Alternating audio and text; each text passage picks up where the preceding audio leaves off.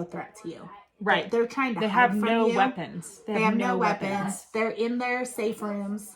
Yep. And you're busting down the door. And just slaughtering them. Just to slaughter them. Yeah. It's this definitely, is an atrocity. Yeah. It's like, that is Middle Ages. And it's evil. Warfare. It's evil. Yep. And I might even go to say so far as demonic. Oh, you yeah. would slaughter children in their beds. Yeah. Or families in their safe rooms just to kill them. Or smoke them out. Or smoke them out and then kill them. Like the result is the same. You're getting to them. Yeah. So that you can kill them. Yeah. You're right. You're right. There's nothing good in that. Yeah. But then we look at, like, this is a spiritual world. And we do have spiritual entities at war. And we see that in people as well. Yep. And there's and that's why prayer is powerful and effective, because I physically am not going to go over there and do anything. Yes. But my prayers can totally be effective. Yes. Yep. Yep. So, and I think that is a really hard concept for a lot of people to grasp and understand, is that there are things in the spiritual realm that you cannot see. There are battles being fought in the spiritual realm that you cannot see. Like, we're getting deep here, guys. Okay? Getting deep. Our last 2 episodes, we've been like, we're going to preach at you. And you're like, I didn't show up for this. I showed up for hot messes. I'm like, a still hot mess. I think it must be the pumpkin spice. Man, the pumpkin spice is making us spicy. What did you put in that, Jacqi? I sprinkled in a little bit of, spiritual fervor. Oh, that's going to go on your label whenever you sell it. This has spiritual fervor in it. I don't know. Yeah. But I mean, I think, like, you know what? It's really fun to talk about, like, just the everyday nonsense of being a mom. But I do think that as Christians and believers, we do have to get deep a little bit once in a while. Did you tell your kids? Let's bring it around to the family. Did you tell your, okay. We've talked about it. Our kids, your child was there. So sorry if you didn't. What? No, I'm just, this is outrageous. Yeah. We have to go right now. No, we've talked about it. I think it's too important to not talk about. Yeah. They need to know that, like, things are happening in the world. There are prayers matter. Like, we did pray for Israel together as a family. Yep. And no, we're not going into detail. Like, we're definitely being. We're showing them the videos. I'm like, I was like, my 9-year-old, look, watch this. Like, no, okay, but and I don't even watch some of it. I mean, some of it is like, oh, okay, I get the point. I don't need to see, because I'm very visual, and then it bothers me a lot, and it should, but like, right. It sets me up for like emotional, just being issues. Yeah. I don't know if that's the way you would want to say it. Set you up for being even more of a hot mess. Yeah. No, it makes it. I don't need to see it. Yeah. Oh yeah. Yeah. No, I just was curious to know if you had told your other kids, because we did tell our kids. We did talk about it. I think you said we didn't go into crazy details. I wasn't like, watch this video of people being paraded around, mangled, and whatever. Right.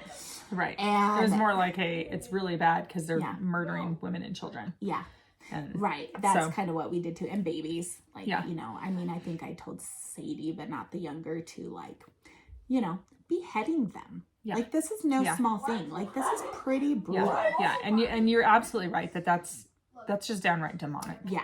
To go in and just wipe out the babies. Because there's something different, and I'm not giving any justification for it, but if you, as a soldier, drop a bomb, you don't really know. Yeah, but you don't know. You're not, like, experienced. But if you're in there and yourself, physically doing it, there is something, I don't think you can be, like, in your right, in the right spiritual state of mind or mental frame of mind to be able to do that over and over again and be okay.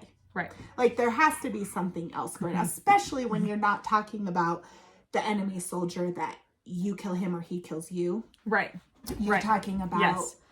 women and children hiding in their homes. Right. And they are not defending themselves. And they're not all. defending themselves. They're trying, they can't, like, you're, it's like you're just slaughtering them. There's something about that is just is beyond, you know, beyond your, you know, upper person, I don't know, sergeant or whatever, was like, you know, fly over and drop this. I don't know, clearly I'm not in the military, but like, you know, if you're just responding to a command and it's a push of a button and you not have that like personal experience with it, you can sort of separate. I imagine that you could sort of separate yourself a little bit from it. Like if you're bombing a military base and then some civilians accidentally get killed, that's still not okay, but it's also different than like I ran in and chose to take out innocent people. Like, and there just has to be something demonic about that, because I don't know how you could do that.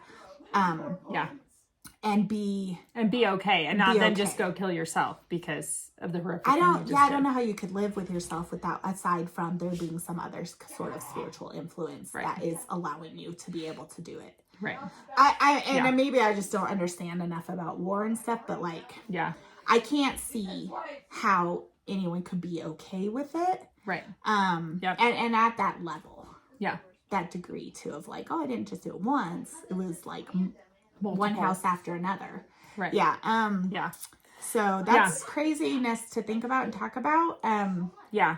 So if you do share with your kids, I mean, I think it's good for our kids to know, because we do live in such a secure country. Like, I really do think you really start to realize, like, man, like, America is actually, like, yes, we've had terrorist bombers and stuff in bigger cities, like the Twin Towers that happened in different places, but it's not like people are necessarily coming, like, we don't live in fear, especially us here that live here in Lake City.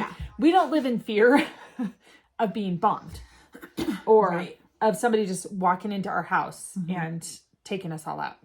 Like, I do not live in fear of that. And I don't wake up every day going, this could definitely happen. Right.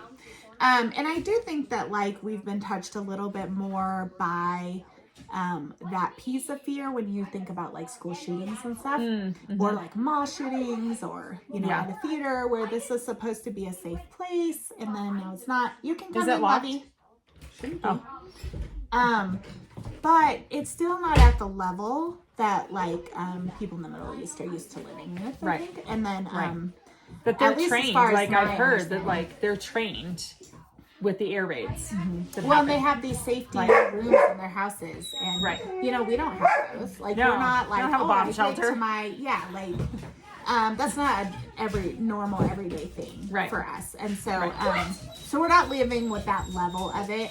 And I do think that, like, when you talk about the slaughter of children, even if it's like on like a level that we can sort of understand, which is like school shootings, that too, I still would say, like, that's demonic. There's nothing about that is, you just can't be a healthy functioning person without some kind of like influence to be able to reasonably do that. Because, and part of the reason I say that is because we see through history, and also even I think in our own lives, that the enemy, Satan, goes after children. The innocent. He goes after the innocent. And so that's not something that we take innocent. It's not something we take lightly, right? Like, that's significant. And so, because it's a current affair, and also because I think we have to come back to the goodness of God, that even in the midst of atrocity, God is still good and still does good things, and hold on to that hope, because when these really horrible things are happening, it can be easy to be like, God, what the heck? Like, where are you? What is going on? Why are you allowing this? And I think we have to remember that we live in a broken, sinful world where evil people do exist. And what are you looking for, Lovey? Cup. Oh, yeah. And where there are evil people, evil things will happen. So, Yep. so we pray and draw close to God. Yeah.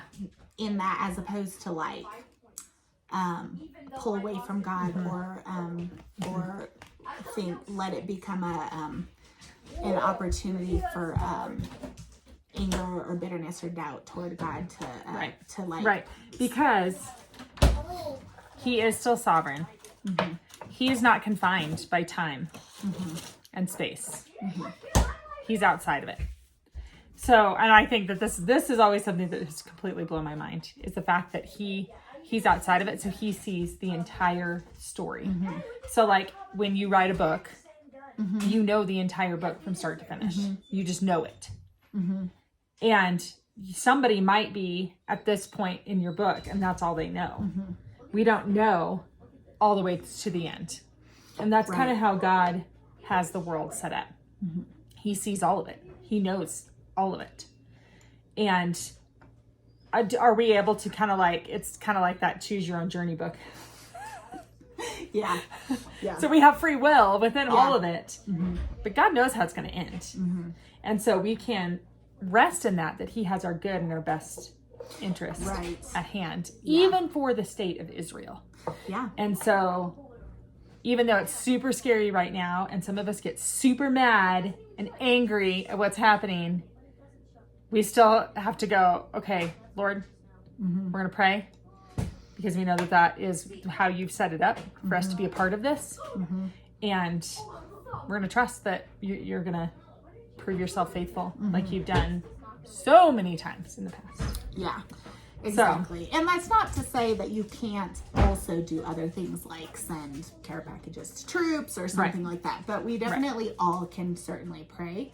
Right. And I think that that's important, and that's for the hope and peace of like God does have it, and like he will take care of people, and he will show up in the lives of people who are looking for him to show up. Yes. And that is not to minimize that doesn't minimize like the tragedy of loss.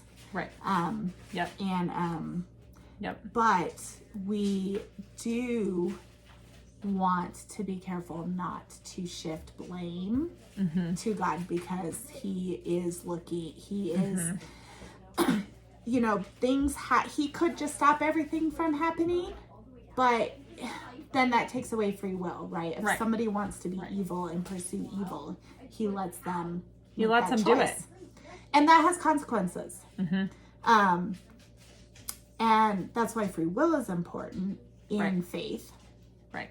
And all the Calvinists are like, but you know, that's why as a believer in free will matters, because not only does it explain some of why things are allowed, but it also gives me the opportunity to say, like, I get to choose my response here.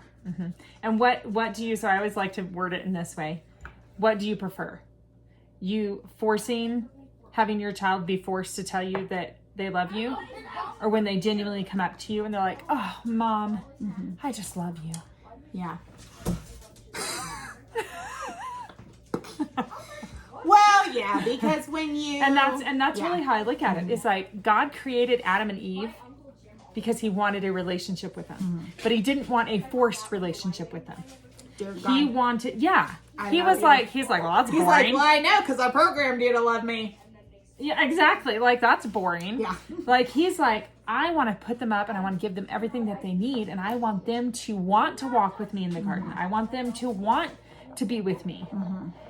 So throughout all of history, that's all he desires from any of us. Right. Is he wants us to choose to love him. He is eating something. I can't see what it is from over here. Right. Exactly. There's like plastic bags. Oh, Marlo, you little beast. Beastie beast. Woo, yeah, we got into the Kool-Aid packet. Wow, he thinks this is awesome. Oh, man. Okay. Kool-Aid packets are awesome. I don't even know where that came from, but okay, buddy. Gross. Yeah. So anyway, we have gone extra long today. Woo! We could always divide it again. You might have, probably, maybe, This might be part two. Part one and part two. But I do think it's really important and I've already said it, but like, we don't have to lose hope. Even when things are really, really horrible. Yeah. Because ultimately we were created for something else anyway. And we were created for eternity. Yep. And this isn't the last stop on the journey. Yeah. Like, you know, we're not done when we Yeah. die. And the hope is that, you know, all of us can have a reconciled relationship with God. That's what he's after. And that it's a choice that we're making to be reconciled with him. So, we live in this world that's pretty crappy because there's evil here and evil exists here. But that doesn't take away from the goodness of God or the hope that we have in clinging to him when things are like, they can't even be like, you can't understand it at all. Yeah. Yep. How can he take, and he takes, you know, that really cliche phraseology, but like, you know, beauty from ashes. Like, he does still work beauty in the midst of really horrible things. So we're going to keep praying for Israel. We hope you join us in praying for Israel.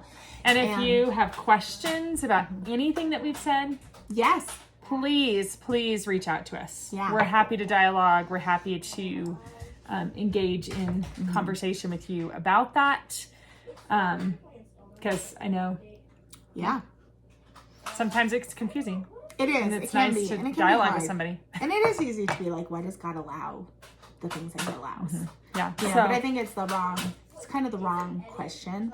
And so, you know, there's things to discuss there. Oh yeah, it's almost 4:30. Oh, we gotta go. Well, thank you. Have a good day and find us on social media. That's right. Becca Maria EO and Jacqui and Becca. And we will talk to you next time.